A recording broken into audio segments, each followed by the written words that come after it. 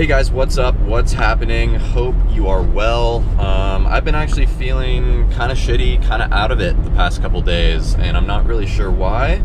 But you know, I think with social media and with YouTube and stuff, it can be really easy to just see the good parts of people's lives. People tend, I think, to really only share the good stuff online, which I think is fine, but I think it's also important to share the realness and the authentic, ups and downs and the ebbs and flows that inevitably come with life. And I'm just on my way up right now to go for a nice, long, easy Nordic ski, because yesterday I felt super lethargic and super out of it, and didn't really do anything. I've just been, I finished up my grad school paper presentation yesterday, and I've just been, I think, a little bit mentally overworked the past few days, and it's sort of brought me down. I'm still feeling a little bit today. It was hard for me to wake up today for some reason, which is generally not the case. I usually jump right out of bed. So I just sort of wanted to get outside and get some fresh air, get some cold air going, wake me up. So yeah, I'm gonna just go out for, maybe hour and a half, 2 hour long skate up here in the mountains, and we will check back in from the trail.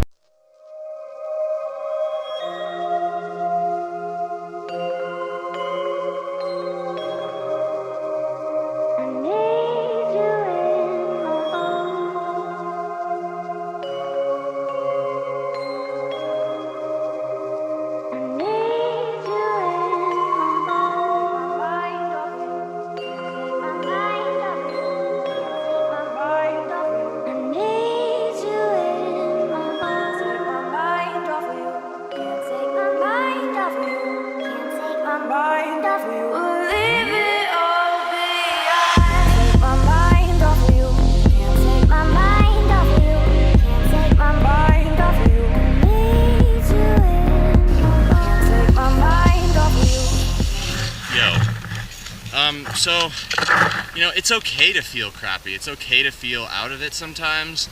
It doesn't mean you're lazy or a weak athlete or anything. I mean, I guess sometimes it does, but it's your body telling you something, and it means you need to take it easy or reassess what you're eating, how you're sleeping.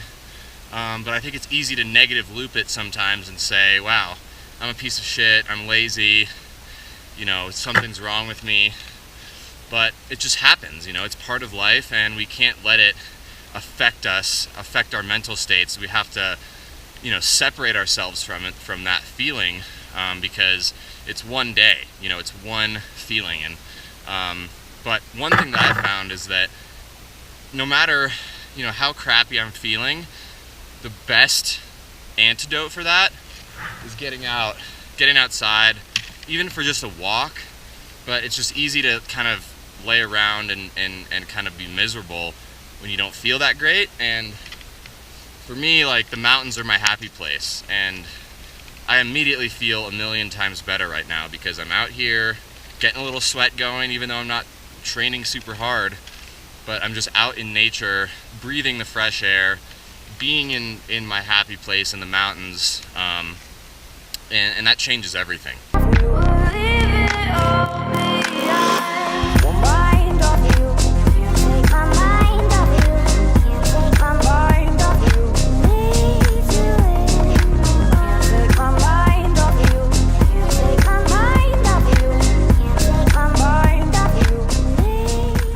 Really solid 30K ski in the bag.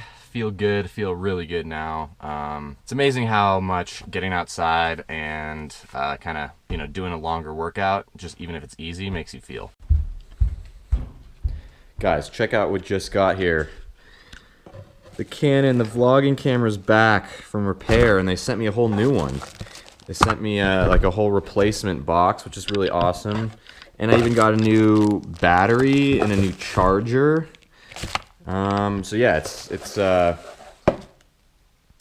excited to go back to the vlogging camera. Let's do it.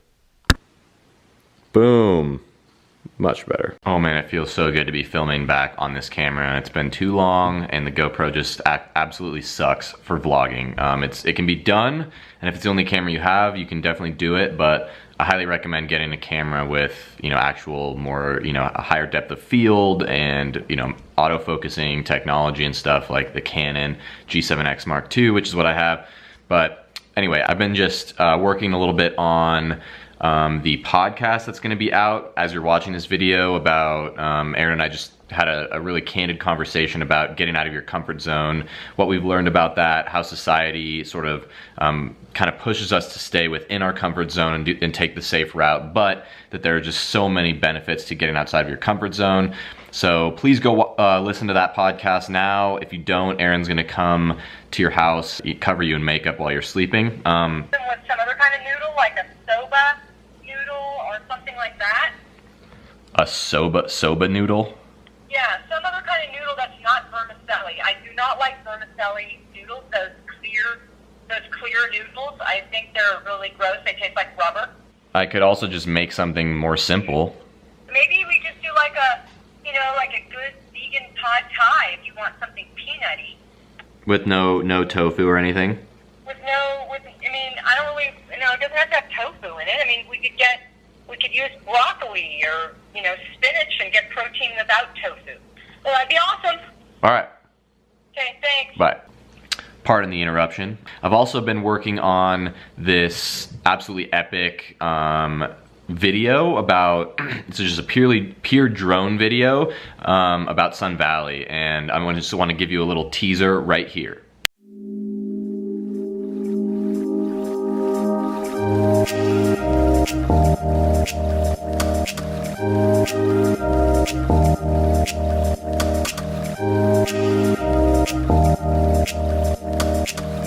So that should be coming out in the next week or two. I'm hoping to finish it up soon.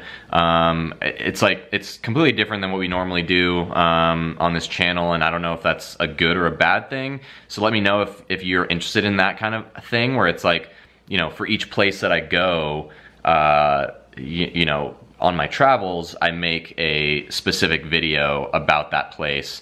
I want to call it From the Sky, basically. So, you know, I'm going to play around with it, but I just really enjoy the process of making these kind of videos. So I would love to hear your feedback if that is something that you think would be cool. All right, are you ready to science? Science. Science.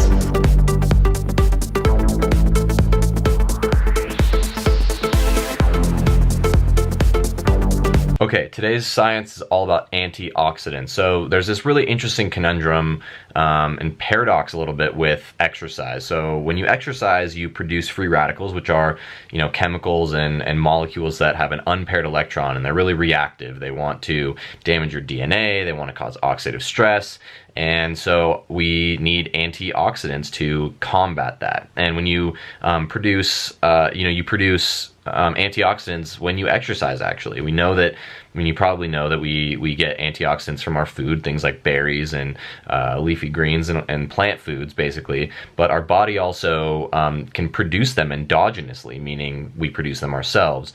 And so one of these is called glutathione. It's a special antioxidant that is produced by the liver, actually. It's synthesized by the liver, transported to the muscle cells, and muscle cells can also produce their own antioxidants. There's a bunch of different kinds, and these, alongside the antioxidants that you get from your diet, help to combat this oxidative stress that comes from exercise.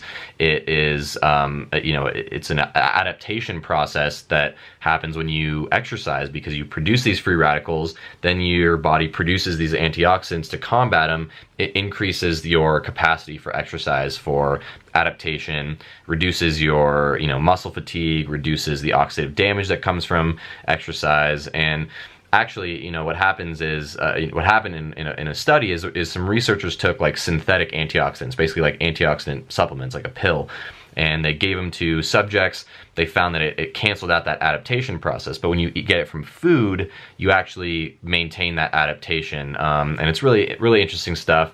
But yeah, basically, you know, you can produce antioxidants in your body by exercising. So another really cool fact about how powerful exercise is for overall health, longevity, reducing oxidative damage, etc., etc.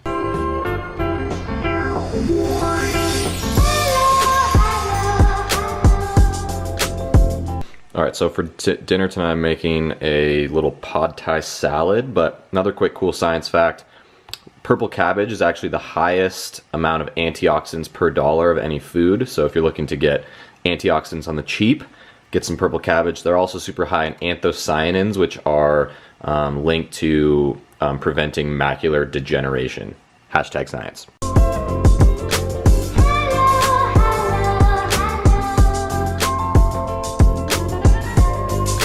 Cabbage is also part of the cruciferous vegetable family, so it's high in sulforaphane, which is really powerful anti-cancer, helps with the brain, helps with aging, all these things. But you should add mustard powder to the cooked vegetables, or I mean, we're just eating this raw, but the enzymes are destroyed to create sulforaphane through cooking. So adding mustard powder actually has the enzymes that are necessary for unlocking the full power of sulforaphane.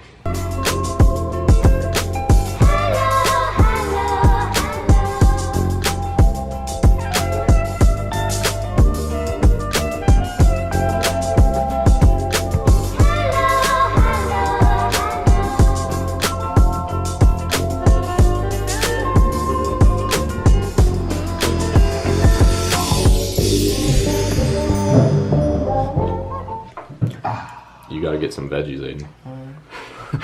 Alright guys, thanks for watching. Really appreciate it. Sorry, apologies for a bit of a longer vlog this time, but there's a lot to cover. Today I'm super grateful for you. Yes, you. Thank you so much for watching. If you're watching, it honestly means so much to me. It's really cool to be able to share my experiences with you, whether you enjoy it or not. I have a lot of fun doing this, but yeah, it's really cool. And you know, thanks to everyone who is listening to the podcast, for subscribing, for checking out our Patreon, for all of our stuff. We work super hard and enjoy every second. I hope everyone has an awesome rest of your week. Go eat some plants, and please, please go do something epic. Peace.